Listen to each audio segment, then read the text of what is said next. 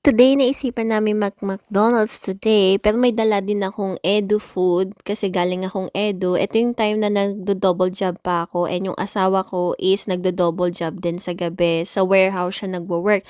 So, this day, naisipan namin din dumaan na McDonald's and grab something to eat. Pero may dala din akong Edu food. So, nasa car siya. Inaantay lang namin yung order namin. So, yan yung dala kong Edu food. So, dinala ko yung asawa ko ng rice with fish and ako is sushi, and for additional is yung binili naming food sa McDonald's. So, ayan na nga, kasi nagdo-double job kami parehas ng asawa ko. Sa morning, ang trabaho ko, it's optical. And then, after ng optical, 8 to 5 siya.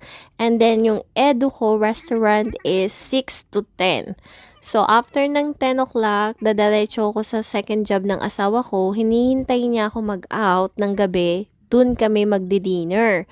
Susunduin ko siya doon sa work niya. Tapos yung dala kong food na galing Edu, binibili ko yun, no? Kasi hindi naman kami free meal sa Edu. So, may discount lang kami 50%. So, binibili ko yung food na yan. Hindi yan free. So, dala ko yung food.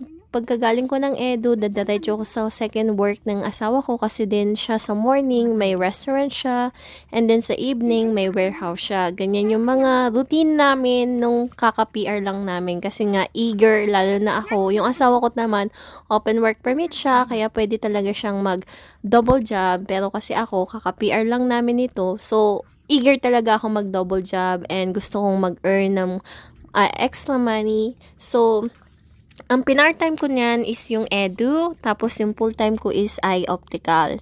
So, kung nandito kayo sa Canada, kilala siya. Isa siya sa mga most famous optical here in Canada. So, FYI doctors yon. So, naging receptionist ako doon every morning. So, full-time siya, 8 to 5. Monday to Friday lang yung work namin doon. Tapos sa Edu, 6 days a week din ako doon. Pero pag Monday to Friday, 4 hours lang yung duty ko. Tapos pagka weekends, isang day off lang ako. So, total, nagwo-work ako ng 2 jobs, Monday to Friday. Tapos Saturday, day off ko. And then Sunday, magwo-work ako sa Edu kasi I'm doing the ordering. Kasi ako nga yung inaano ng amo ko kasi ako yung senior na babae that time. So, yan yung naging routine namin ng asawa ko. So, kumakain siya ng rice. After namin niyang kumain is idadrop ko siya ulit dun sa workplace niya.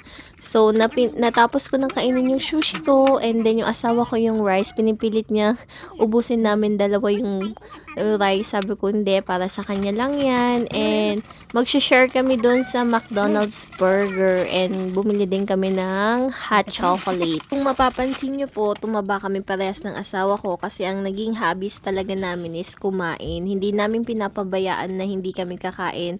Mas okay na yung pagod kami pero hindi kami gutom. Alam mo yon, kasi doon na lang kami bumabawi. Kasi nga, this time, nagdo-double job pa kami and yan na lang yung ano namin kasi pag uuwi siya ng 2 or 3 ng madaling araw, tulog na ako noon and papasok ulit siya ng 7 o'clock in the morning, tapos ako pasok ko ng morning is 8 o'clock. So yan na lang yung dinner namin na magkasabay. Tapos pag weekends, hindi rin kami magkasabay. So, make sure na lang namin na every Sunday may time kami magsimba. Tapos, na-enjoy naman namin yung pagiging, pagkakaroon ng double job dito sa Canada. Kasi talagang, kasi nung hindi pa kami PR, sabi ko talaga sa sarili ko, once na ma-PR kami, magdo-double job talaga ako. Gusto kong kumita ng extra and thank you Lord at before this year ends in nung 2023, marami po kayong blessing na ibinigay sa aming mag-asawa. Meron pong mga hindi nyo pa naibigay pero we know that in God's perfect time, ibibigay nyo rin po yun sa amin and baka soon or later i-share ko din sa inyo yung iba naming struggle or maybe not. So, depende talaga yon. Kasi syempre, di ba, hindi naman natin lahat pwede i-share. Pero, let's see. So, yan lang for today's video. Sana natakam namin kayo and hindi naman halatang gutom na gutom kami, no? Ay, yan lang for today's video. Thank you po sa panonood. See you on our next vlog. God bless po sa lahat.